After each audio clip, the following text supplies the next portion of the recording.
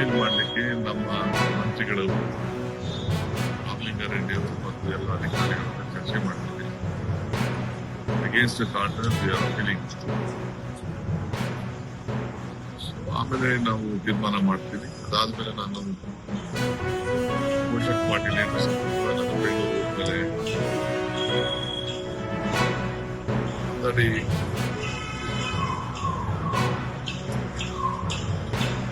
ಈ ಮಧ್ಯದಲ್ಲಿ ತಮಿಳುನಾಡು ಕೂಡ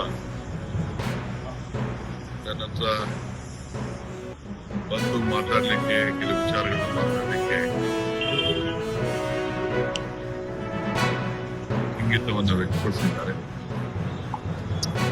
ಚೀಫ್ ಸೆಕ್ರೆಟರಿ ಲೆಟರ್ ಬರ್ತಿದ್ದಾರೆ. ನನ್ನ ಹತ್ರ ಫೋನಲ್ಲಿ ಮಾತಾಡ್ತಾರೆ. ನಾವು ಕೂಡ ಗೋಧುಲಿಂದ ಅವ್ರಿಗೆ ಬನ್ನಿ ಅಂತ ನಾನು ಹೇಳಿದ್ದೇನೆ. ಜೊತೆಗೆ ನಾನು ಕೂಡ ನಮ್ಮ ರಾಜ್ಯದ ಕಾವೇರಿ ಜಲ ಪ್ರದೇಶ ಕೂಡ ನೋಡಿ ಅಂತ ಕೂಡ ಒಂದು ರಿಕ್ವೆಸ್ಟ್ ಮಾಡಿದ್ದೇನೆ. ಡಿಸ್ಕಷನ್ ಮಾಡಿದ್ದೀವಿ. ಫೈನಲ್ ನಾನು ಮಾತಾಡಬೇಕು. ನಾನು ಕರೀತೀವಿ ಅಂತ ಹೇಳಿದ್ದಾರೆ. ಆಯ್ತು.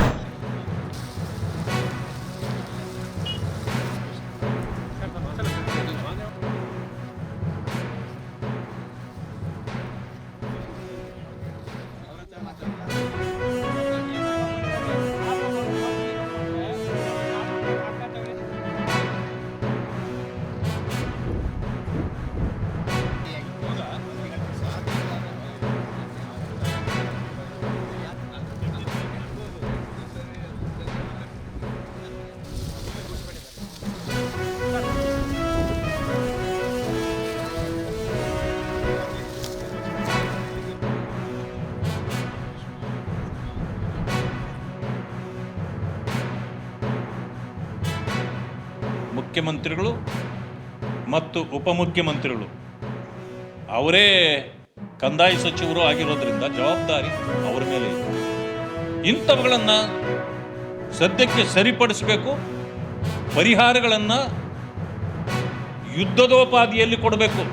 ಇಲ್ಲ ಅಂತಂದರೆ ರೈತರಿಗೆ ತುಂಬ ಅನ್ಯಾಯ ಆಗುತ್ತೆ ಅಂತಕ್ಕಂಥದ್ದು ನಾವಿವತ್ತು ಮನಗಂಡಿದ್ದೇವೆ. ನಾವು ಏನು ಈಗ ವರದಿ ಮಾಡ್ತೇವೆ ಅದು ಬರೀ ರಾಜ್ಯ ಸರ್ಕಾರಕ್ಕೂ ಮಾತ್ರ ಅಲ್ಲ, ಅಥವಾ ಈ ವರದಿ ಮಾಡಿ ನಮ್ಮ ಪಕ್ಷದ ಕಚೇರಿಯಲ್ಲಿ ಇಟ್ಕೊಳ್ಳೋದಿಲ್ಲ. ನಾವು ಕೇಂದ್ರ ಸರ್ಕಾರಕ್ಕೂ ಒತ್ತಾಯ ಮಾಡ್ತೇವೆ.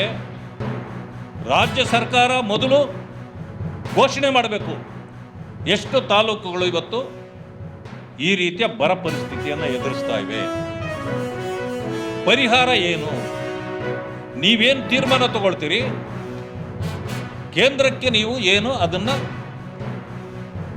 ಒದಗಿಸಿ ಅವರ ಮೂಲಕ ಪರಿಹಾರಗಳನ್ನು ಕೊಡ್ತಕ್ಕಂಥ ಕೆಲಸವನ್ನು ಮಾಡಬೇಕು ಅಂತೇಳಿ ನಾವು ಇವತ್ತು ಏನೆಲ್ಲ ವೀಕ್ಷಣೆ ಮಾಡಿರ್ತೇವೆ ಇದರ ವರದಿಯನ್ನು ತೆಗೆದುಕೊಂಡು